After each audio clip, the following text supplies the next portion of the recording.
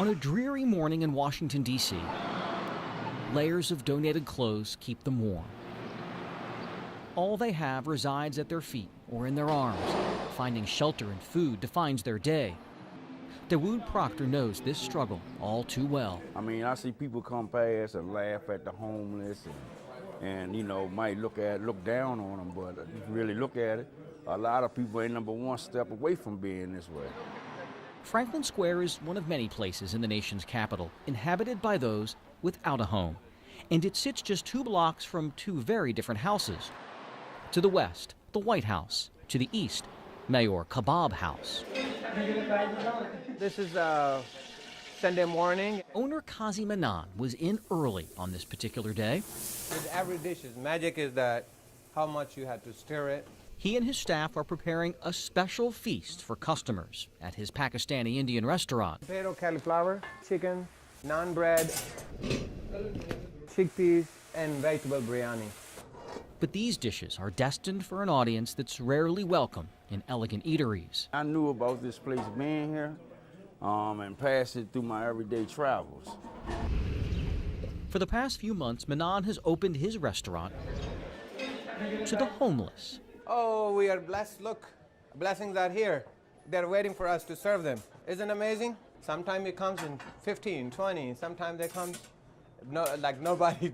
We are waiting. God, please send somebody, right? Nearly 20 people on this day, rainy, cold, and wet. Oh, came in from the elements for lunch. What you guys like to drink, tea or coffee? They're treated like any other guest. Tea, okay. What about you? Except for one key difference. Coffee. You, brother? They eat for free. Anytime, any day. Restaurant is open. You are most welcome. You are most welcome. You are our guest, just like other people. Anything you like with the menu or with the buffet, you're most welcome, eat free. Yes, it's shocking to me because I didn't think it was brothers out there that really cared for us to, you know, to help support the needs of the homeless. He went without rice. Give him a tandoori chicken. Give him a potato cauliflower, and give him, you want bread? So we appreciate this guy right here bringing us down to eat, because sometimes on Sundays it's slow. Well, sometimes we got to go around and beg, or sometimes, you know, we get a cup and try to make money to try to find ourselves way out to eat, trying to survive out here. You guys are the most important guests for me. Manan's boundless optimism and love of food was not cultivated at a high-profile culinary institute. A lot of ginger and garlic paste. His desire to provide stems from a painful uncertainty that defined his childhood. Kazi Manan grew up on a farm in a small village in Pakistan. He had 9 siblings. We didn't have any electricity. We didn't have any running water. And the school, well, believe me or not, was under the tree. My elementary school, we didn't have a building. I study under the tree. When the rains, really hard rains start, teachers say go home because there is no building. To support his family, he went to work at 12 selling ice. The best school was 4 miles away, so that's how far he walked to get a formal education. In 1996, at the age of 25, Manan says his visa was miraculously approved, so he borrowed money from a cousin for a plane ticket to America. He started as a cashier, earning $3 an hour at this gas station in one of the district's toughest neighborhoods. When I arrive in America, I have $3, just $3. And I started my life basically with nothing. Hard work would alter the arc of his life. He says he worked double shifts, then multiple jobs. He saved up enough money to buy 1 limousine. The idea that a kid who came from nothing could one day drive the rich and powerful around in luxury inspired him even more. 1 limo turned into a fleet of vehicles. His business flourished enough that some 20 years later, he opened his own restaurant. That's called American dream.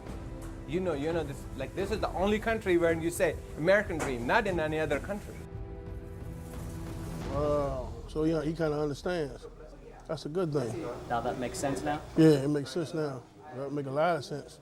He was blessed to obtain things through his struggle, and it's not, he didn't ever give up. But to fully understand this man, you should know one more thing. I love to prepare this food for a homeless shelter. Every Sunday, he makes extra food and delivers it himself to those in need in another part of the city. Come and try. Manan connected a few months ago on social media with volunteers who now spend their Sundays dishing out hot meals to the homeless.